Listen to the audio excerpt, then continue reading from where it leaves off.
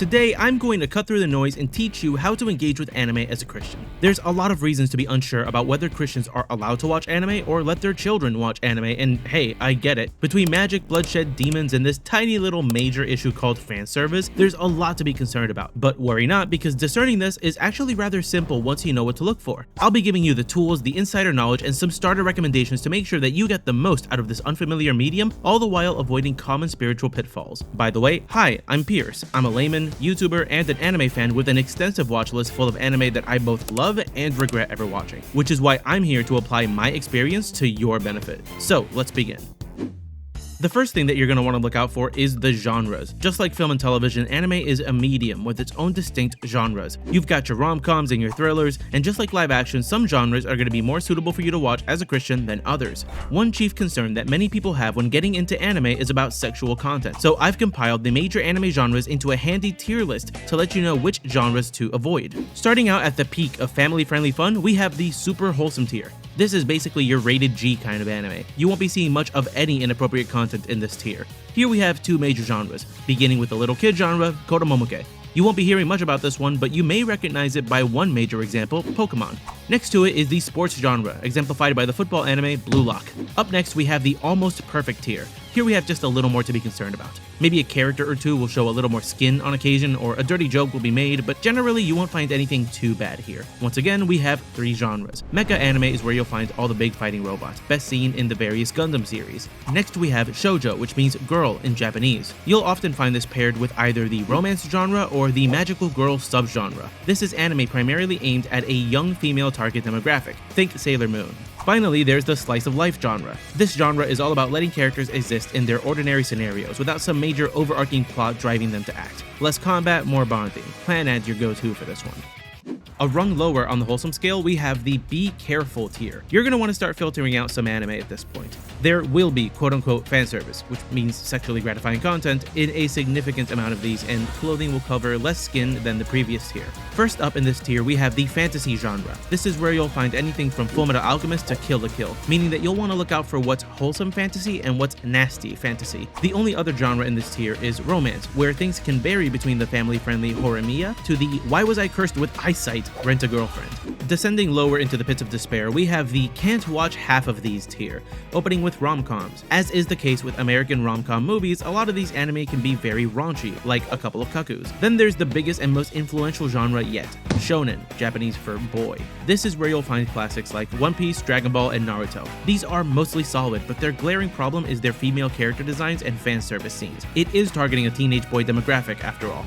Up next is the thriller genre. Its placement all the way down here may surprise you, but despite Death Note being mostly safe for work, it shares the genre with Cyberpunk Edgerunners, Future Diary, and Ghost in the Shell, all very much not safe for work. Finally, there's comedy, which is similarly dragged down, this time by Konosuba, No Game No Life, and Panty and Stocking. Nearing the end of our ranking is the depravity tier, where the debauchery is as blatant as the airwaves allow. Kicking us off is the death of artistry, the isekai genre. This is where all of those I married my little sister in another world shows come from. While it does have safe for work shows like Zenshu and Ascendance of a Bookworm, the majority is nasty stuff like Jobless Reincarnation. Next up is seinen, Japanese for young man. This is where the more realistic or gritty stories tend to go. While you do have appropriate anime like Attack on Titan and Vinland Saga, the most popular story in this genre is Berserk, which is definitely not safe for work.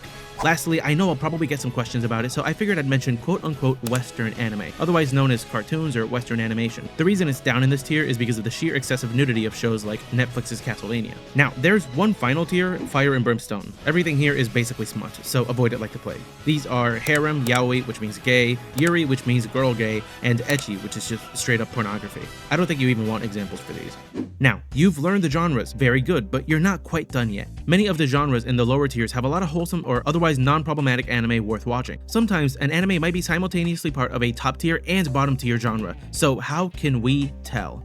Here's the inside baseball. Every time someone recommends an anime to me, I make sure to check the content warnings for it. The absolute best resource for this, hands down, is the IMDb Parents Guide. You're going to want to Google the title of the anime that you want to watch, followed by the words Parents Guide, and then click on the first result from IMDb. This is a resource where you'll find parents or otherwise concerned citizens making note of the content in any given film, video game, or in our case, anime. Now, stay tuned because later in the video, I'm going to be giving you insider info covering what the Parents Guide actually misses. For now, let's see what it has to offer. The Parent's Guide splits the notes by category: impurity, violence, profanity, substances, and intense and frightening scenes. Each of these categories is ranked from mild to severe. For most categories, this is a matter of conscience, but I would advise that you stay away from moderate-rated anime in the impurity category. If for some reason this fails, Crunchyroll lists its age rating in the overview tab alongside content warnings. There you have it. That's the Parent's Guide. With this tool, you'll be able to determine which anime is appropriate for you to watch, but I'm sure that impure content isn't the only concern you may have. Let's rapid fire some other concerns. What about witchcraft? In our own Christian life, we are aware of the spiritual reality around us: grace, angels, demons, temptations, powers, and principalities. Just as these tangibly impact our lives, and just like how we can interact with them for better or worse, fictional stories also have their own renditions of spiritual realities. In these stories, magic is often not depicted as dealing with the demonic for personal gain, but rather as an ordinary physical, natural, or spiritual phenomenon. Covering your hand in electricity comes as naturally to Sasuke as throwing a javelin does to you. That's the nature of fiction, that it's a false reality created to be different from our own, with its own rules and metaphysics. Also, there are often evil powers in anime, and most of the time, characters are punished for using them, so there's that. Next, there's the violence. To this, I can only say that you should follow the same guidelines that you do for film and television. Listen to your conscience, your gut, and your spiritual authorities like your priest or your pastor, and apply the same standard that you would apply to Western animation that you do to anime. It's always good to be consistent. Another concern I often get is about pagan or atheist influence in anime. I won't lie to you, there's certainly a good chunk of anime that treat God as a problem to be solved rather than as a personal loving creator.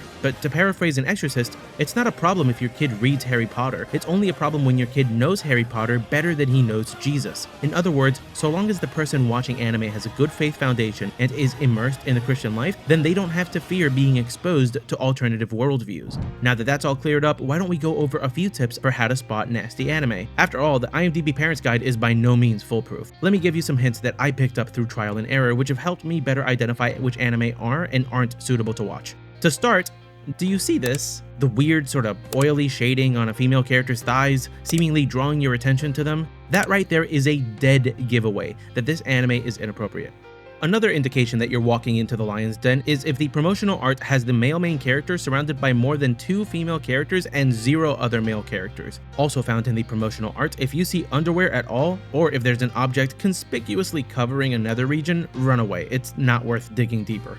Next, if you plan to watch a shonen, Google what its most popular female characters are and see if the designs indicate to you whether the show looks inappropriate or not. Also, if you're gonna watch a romance, make sure that there aren't any stepsister or cousin characters. You'll thank me later. But let's say that you turned on an anime that you weren't quite sure about. It's okay, it happens, just be sure to turn it off if it has any of the following tropes in the first episode. Male character trips and lands face first on someone's chest. Male character walks in on someone changing or showering. Excessive nosebleeds, except Naruto, give Naruto a real chance. Hot springs scene. Siblings that are suddenly told they aren't blood related. And finally, bland, boring, nothing burger male main character who's a chick magnet for no reason.